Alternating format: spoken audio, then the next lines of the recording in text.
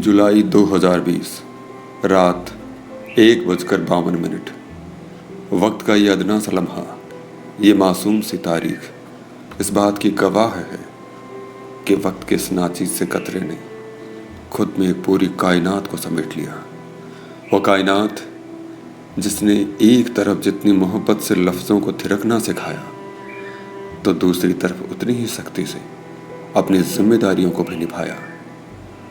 मैं बात कर रहा हूँ बॉलीवुड की मास्टर जी सरोज खान साहिबा की, जो आज हमारे बीच नहीं है, हम सब में है।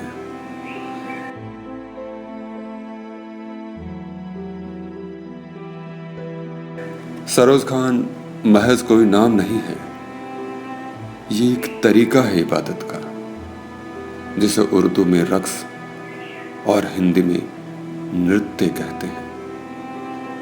22 नवंबर 1948 को आज़ाद भारत के सबसे आज़ाद ख्यालात वाले शहर बॉम्बे में किशन चंद संधू सिंह और नौनी सिंह के यहाँ एक बच्ची का जन्म हुआ।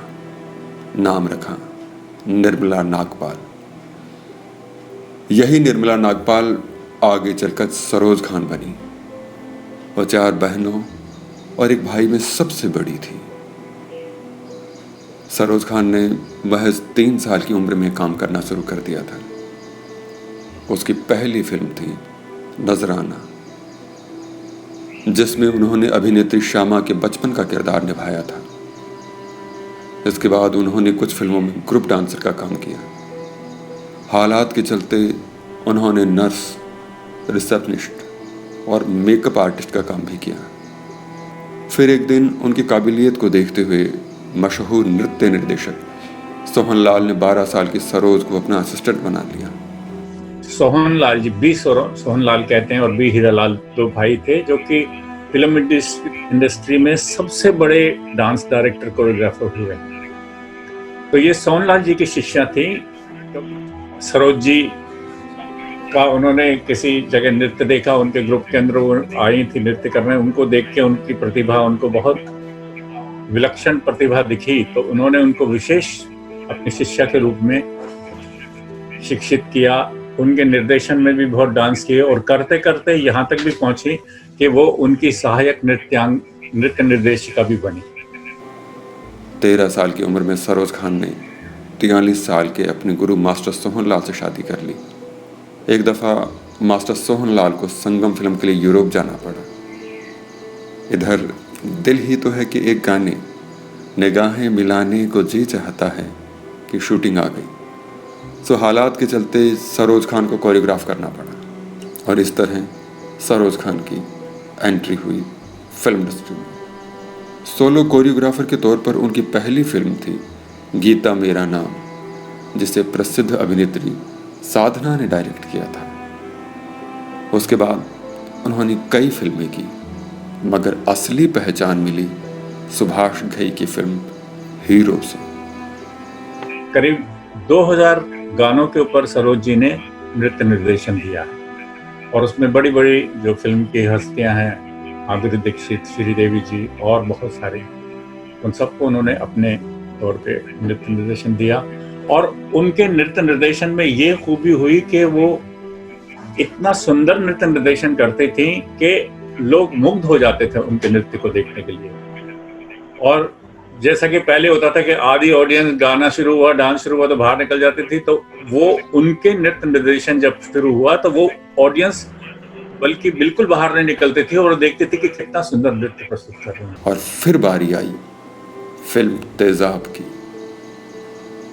जिसमें माधुरी दीक्षित पर फिल्माए गए गाने 1, 2, 3 ने सबको दीवाना बना दिया था। इस गाने की बेहतरीन कोरियोग्राफी के लिए उसी साल शुरू किए गए फिल्म फेयर बेस्ट कोरियोग्राफी का अवार्ड सरोज खान को दिया गया। बस इसके बाद तो 1, 2, 3 करते हुए आने वाले सालों में सरोज खान ने 8 फिल्म फेयर और 3 राष्ट्रीय अवार्ड समेत ढेरों पुरस्कार हासिल कर लिए। सरोज जी आज की जो वर्तमान स्थिति है बम्बई की, जो जिस टेंट्रम पे जीते हैं बाकी के कोरियोग्राफर, जो अपना शान को मेंटेन करते हैं, वो उनमें ऐसा कुछ भी नहीं। सरोज जी बहुत ही सिंपल नेचर की थी, गरीब को मदद करने वाली थी, चलती गाड़ी रुकवा करके और किसी को मदद करना उनको बड़ा अच्छा लगता था। और दूसरा फिर सरोज जी इंडस्ट्री में ऐसा कोई बंदा नहीं था, ऐसा कोई पुराना कलाकार नहीं था जिसको भले डांस से मतलब हो चाहे नहीं हो, मगर सरोज जी का रिगार्ड बहुत, क्योंकि सरोज जी ने कभी भी अपने आप को एक कोरियोग्राफर का पद लिए हुए या इतनी सक्सेस वाले गाने, हिट गानों का कोरियोग्राफर होना या इतने अवार्ड्स मिलना, ऐसा उनके बातों से कभी भी उनके मिजाज में लगता ही नहीं था कि ये वो महान महिला है जो एक एथिक्स के साथ अपनी जिंदगी के इतने संघर्ष करते हुए आगे आई है और इतने हिट गाए हैं। उनके साथ जितने डांसर जुड़े रहे, हजारों में संख्या है, मगर वो हजारों लोग उनको अपनी माँ ही समझते। सरोज खान कहती थी, कुछ बनना है तो गुरुजी के हिसाब से ढल जाओ, और इस बात को उन्होंने अपने जिंदगी में भी बखूबी उतारा।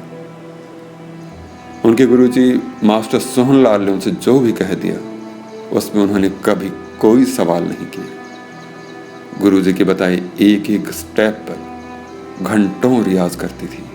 तो सरोज जी होमवर्क बहुत अच्छा करती थी।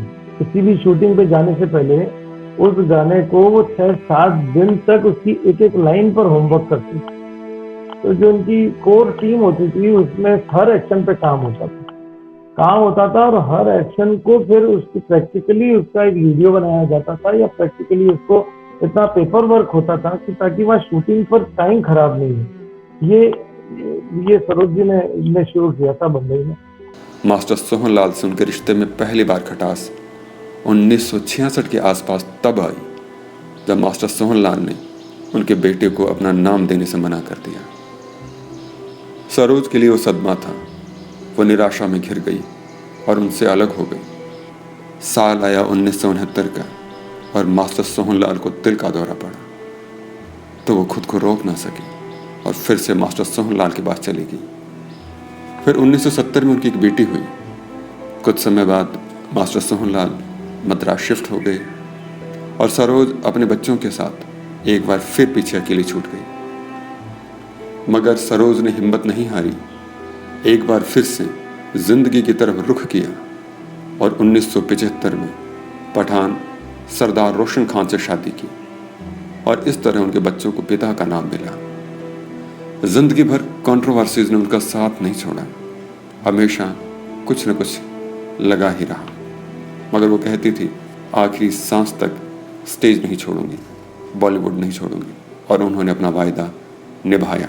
वो तब तक नहीं रुकी जब तक सांसों ने चलना बंद नहीं कर दिया। फिल्मों के अंदर जो डांस डायरेक्शन कहते हैं उनको मास्टर जी कहते हैं। मास्टर जी इस संबोधन से उनको संबोधित किया जाता है। तो सरोज जी जो थी इस समय सबसे बड़ी मास्टर जी कहलाती थी। जो उनने कला में जो ऊंचाइयां पाई हैं उसको हर तरीके से सराहा जाएगा और ये कमी बहुत सालों तक पूरी होना नहीं दिख रहा है, मुश्किल ही लगता। कोई कुदरत का ही करिश्मा होगा तो इतनी बड़ी और इतनी अच्छी नृत्य डायरेक्टर कोई पुरुष या स्त्री बनकर आएंगे जो मास्टर जी कहलाकर अच्छा नृत्य निर्देशन करेंगे।